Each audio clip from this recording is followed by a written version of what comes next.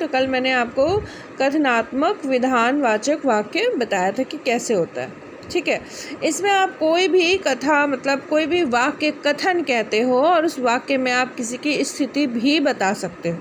इस वर्ग में किसी भी वस्तु या व्यक्ति की स्थिति के बारे में, अवस्था के बारे में, दशा के बारे में बोध कराया जाता है। इसे स्थित्यात्मक वाक्य भी कह सकते हैं, ये इसके अंतर्गत आते हैं। ठीक है, ये वाक्य बिल्कुल सामान्य कथन, सामान्य स्टेटमेंट कहलाता है।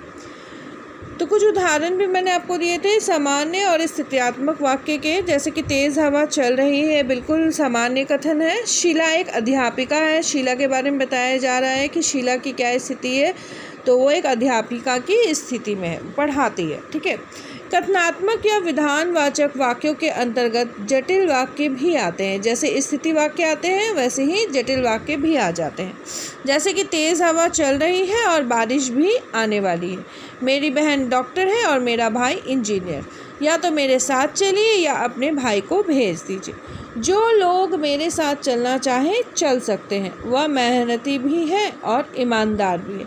तो ये कैसे वाक्य हैं? ये जटिल वाक्य। और ये जटिल वाक्य कैसे हैं? एक वाक्य प्रधान होता है और एक वाक्य इस पर निर्भर होता है। इसमें दो वाक्य होते हैं, इसीलिए जटिल होता है। ठीक है, इसके बाद अगला है वाक्य भेद में प्रश्नवाचक वाक्य। इन वाक्यों को अंग्रेजी में इंट्रोगेटिव या क्वेश्चन सेंटेंसेस कहते हैं तथा इनमें वक्ता द्वारा कोई ना कोई प्रश्न पूछा जाता है। मतलब ये प्रश्न पूछने वाला वाक्य है, ये सबसे आसान होता है इस भेद को समझना। लिखित भाषा में प्रश्नवाचक वाक्यों की समाप्ति जो है पर प्रश्नवाचक चिन्ह लगाया जाता है। प्रश्नों के आधार पर प्रश्नवाचक वाक्य दो तरह के होते हैं। जिन वाक्यों में क्या शब्द वाक्य के आरंभ में आता है उन वाक्यों का उत्तर हाँ या ना में दिया जाता है।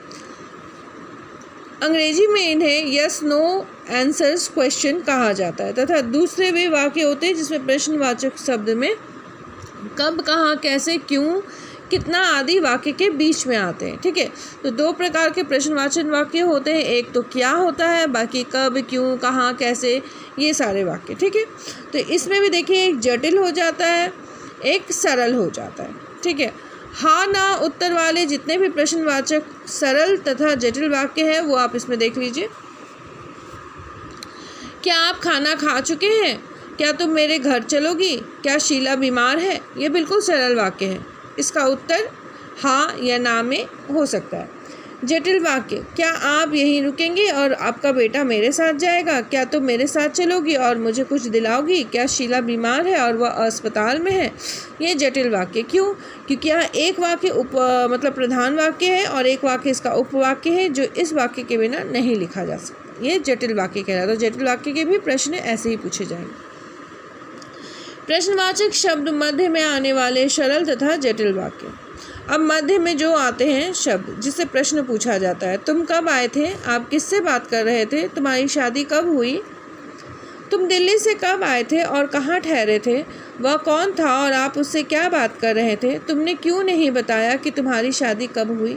तो ये जटिल वाक्य। इसमें एक प्रधान वाक्य होता है और एक वाक्य होता है जो इस पर निर्भर करता है, दूसरे वाक्य। आज्ञार्थक वाक्य। इन वाक्यों में वक्ता आज्ञा, निर्देश, प्रार्थना, चेतावनी आदि भाव को व्यक्त करता है। ये वाक्य भी सरल और जटिल दोनों तरह के हो सकते हैं। इसमें क्या क्या होता है ये पहले देख लीजिए। आज्ञा, निर्देश, प्रार्थना, चेतावनी, ये आदि भाव व्यक्त करता है। आज्ञा मतलब किसी को ऑर्डर देना, निर्देश देना भी किसी को ऑर्डर देना, चेतावनी मतलब किसी को वार्निंग देना, प्रार्थना मतलब कि रिक्वेस्ट। एक जगह रिक्वेस्ट है, एक जगह वार्निंग है, बाकी ऑर्डर है। ठीक है, तो दो ही है, इसमें समझ लीजिएगा। तुम यहाँ से जाओ, तुम अपना काम करो, समय से पहुँच जाना, जल्दी आ जाइएगा। अब इसमें आप समझने का प्रयास कीजिए। तुम यहाँ से जाओ निर्देश है, अपना काम करो आज्ञा है, निर्देश भी हो सकता है, ऐसा नहीं है। समय से पहुँच जाना ये प्रार्थना की तरह है। जल्दी आ जाइएगा ये रिक्वेस्ट की तरह है। समय से पहुंच जाइएगा ये भी रिक्वेस्ट की तरह है। तुम यहाँ से जाओ अपना काम करो, तो ये आज्ञा, निर्देश, चेतावनी हो सकता है। ठीक है, अब इसमें जटिल में देखिए। तुम यहाँ से जाओ और अपने भाई को भेज दो, अपना काम करो, बातें मत करो।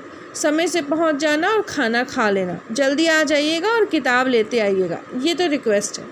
बाकी सब जो है वो मतलब समझ लीजिए प्रार्थना है, निर्देश है, या फिर सॉरी प्रार्थना नहीं, चेतावनी है, निर्देश है या आज्ञा है, ठीक है। तो इस तरह के वाक्य जो होते हैं वो आज्ञार्थक वाक्य कहलाते हैं। इसके बाद है इच्छार्थक वाक्य।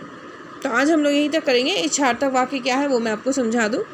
इन वाक्यों में वक्ता के द्वारा या तो अपने लिए या किसी और के लिए इच्छा का भाव व्यक्त किया जाता है, और ये वाक्य भी सरल हो सकते हैं, जटिल, दोनों प्रकार के। सरल वाक्य में एक वाक्य बनता है और जटिल वाक्य में दो वाक्य से एक वाक्य बनता है।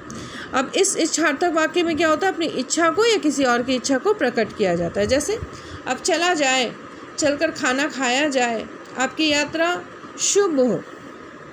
अब चला जाए और सोया जाए, खाना खाया जाए और फिल्म देखी जाए, भगवान करे आपकी यात्रा शुभ हो। तो ये इच्छा है, ये सारी इच्छाएं प्रकट हो रही हैं इन सारे वाक्यों में।